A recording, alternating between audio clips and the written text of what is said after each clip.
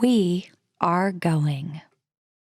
The history of this agency is marked with broken barriers, once viewed as impossible, with science fiction turned reality, with innovations that have spun industries all their own, and with demonstrations of peace for all humankind. We soar in the skies of our home planet.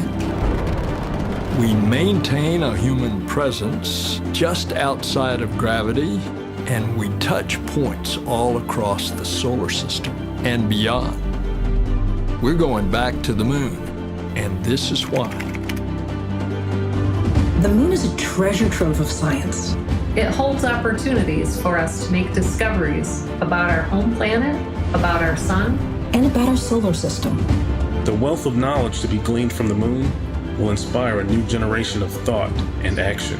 Without fail, every major program and mission NASA has invested in has led to technologies and capabilities that have shaped our culture. The breakthroughs of the Artemis era will define our generation and the generations to follow. The tens of thousands of jobs associated with propelling us to the moon today are just the beginning of a lunar economy that will see hundreds of thousands of new jobs develop around the world.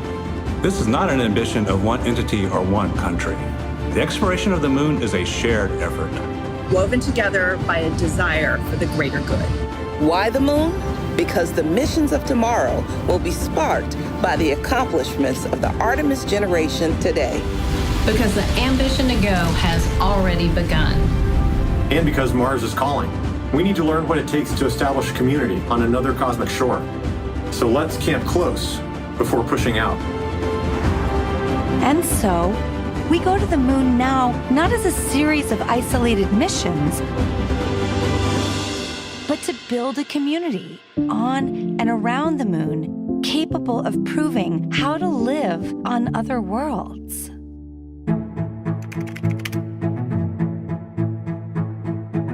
We'll use the lessons from more than 50 years of peaceful exploration to send a new generation to the lunar surface to stay.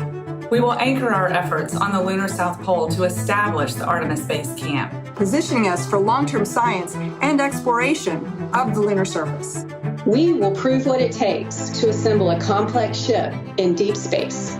We will perfect descending down to and returning from a distant surface. We will learn how humans can survive and thrive in a partial gravity environment.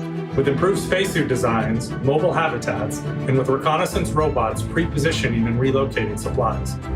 We will learn how to utilize the resources we find on these other worlds, starting with finding water ice and purifying it to drinkable water.